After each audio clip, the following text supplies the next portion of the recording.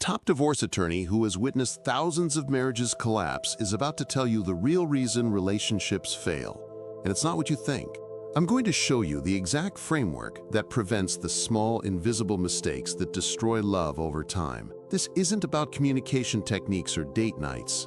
This is about the psychology of lasting connection backed by decades of frontline evidence.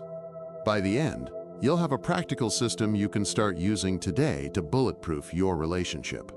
And if you stay until the end, I'll reveal the one habit that every successful marriage has in common that nobody talks about. Welcome back to Deeper Dudes. But first, let's talk about why most relationships don't end with a bang. They end with a whisper. No catastrophic betrayal. No dramatic blow-up. Just two people who slowly drifted apart and woke up one day as strangers. You stop really seeing each other. The conversations get shorter. The intimacy fades. And you convince yourself this is just what happens after years together. What a load of crap. Research shows that 67% of divorces happen not because of major issues, but because of accumulated small neglects over time. The problem isn't that you don't love each other anymore. It's that you stop doing the things that create love in the first place. And nobody teaches us that love isn't just a feeling, it's a practice. Here's the truth that changes everything. James Sexton has represented thousands of people getting divorced. He's read hundreds of thousands of text messages, emails, and seen the intimate details of why marriages fall apart.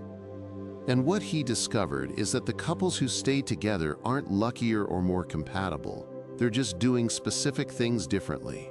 Small things, consistent things, things that take less than 10 minutes a week.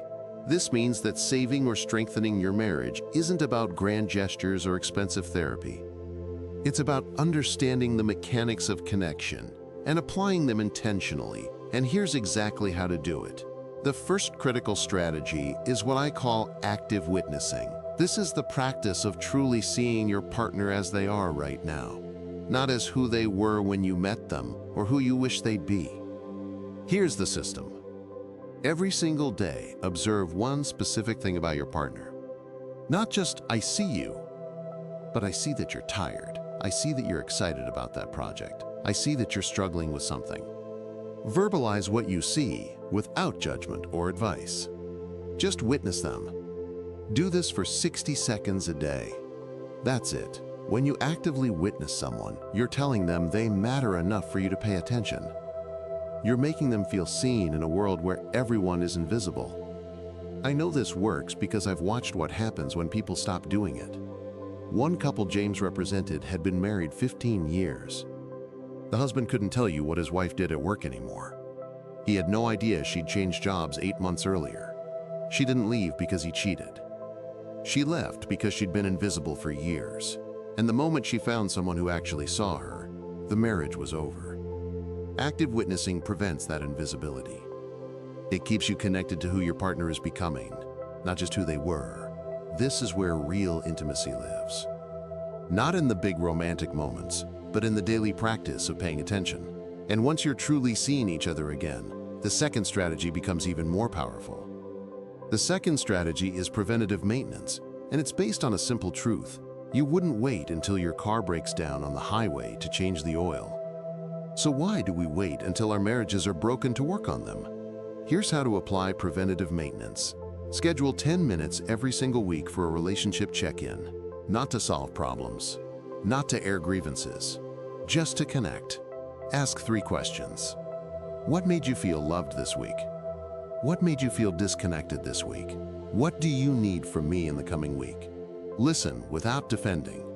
Just absorb what they're telling you. This isn't complicated, but it's powerful because it catches the small issues before they become resentments, before they become deal breakers. Most affairs don't happen because someone meets a more attractive person. They happen because someone meets a person who makes them feel seen, valued, and interesting again. Someone who asks questions and listens to the answers.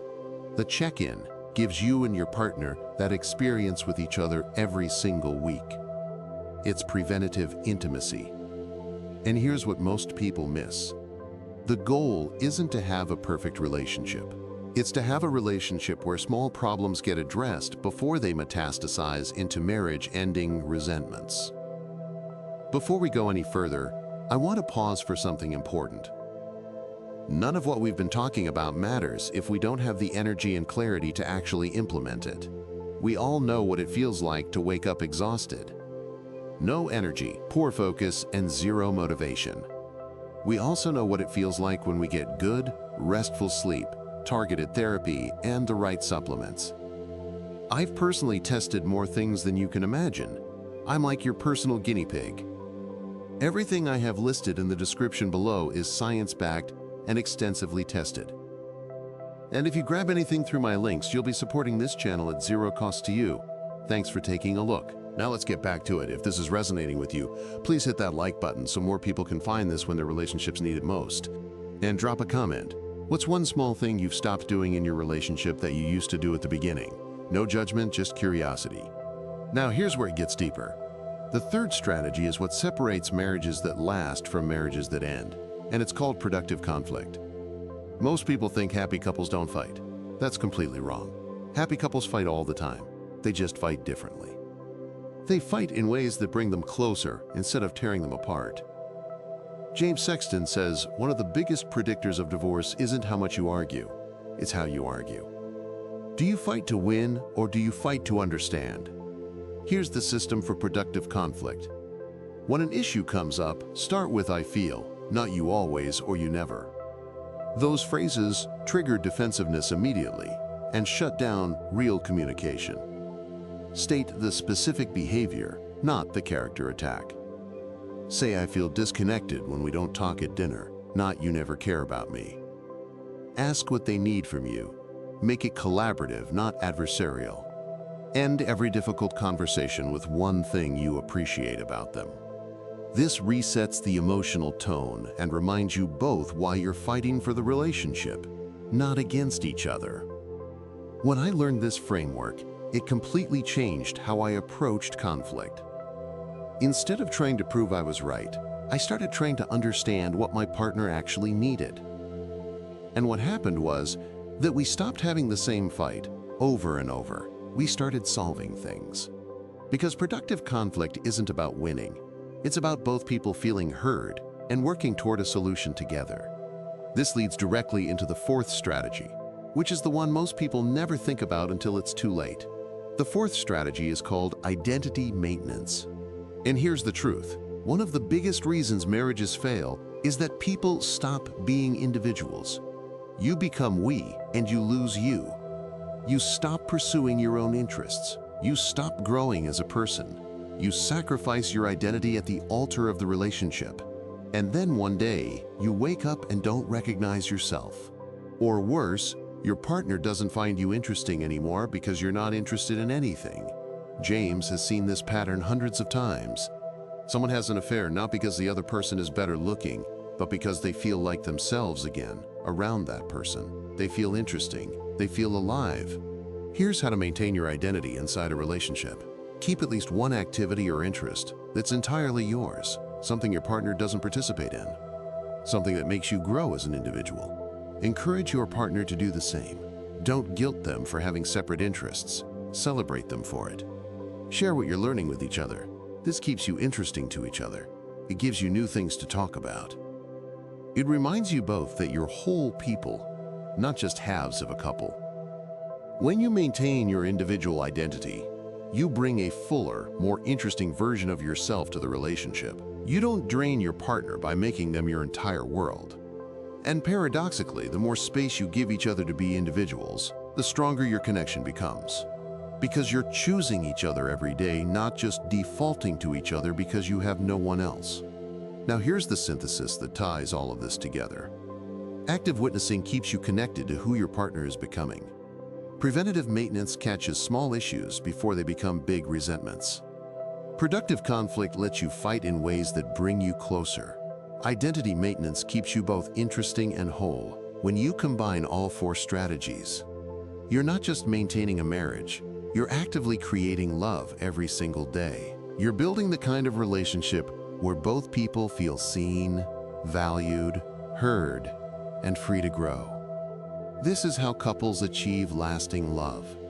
Not by being perfect, not by never fighting, but by doing the small, consistent things that create connection, by treating their relationship like the most important thing in their life. Because it is. And the beautiful part is that it doesn't take hours of therapy or expensive retreats. It takes 10 minutes a week of intentional attention. It takes showing up for the small moments.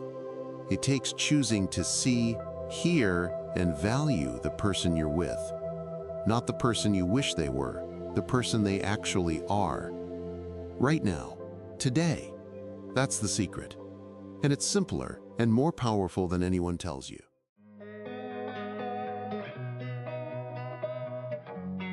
Drop a comment. Which strategy resonates most with you? Number 1, active witnessing. Number 2, preventative maintenance. Number 3, productive conflict. Or number 4, identity maintenance. I want to hear what speaks to you. Well, that's it. Thank you for taking the time to watch this video. If you found it helpful, please be sure to give it a like and maybe even subscribe to Deeper Dudes. And hit the notification bell so you don't miss any new videos. It all helps the channel more than you know, and it also tells us that we should make more content like this. We post videos every other day that tackle real challenges men face. Remember, struggling doesn't make you weak, it makes you human.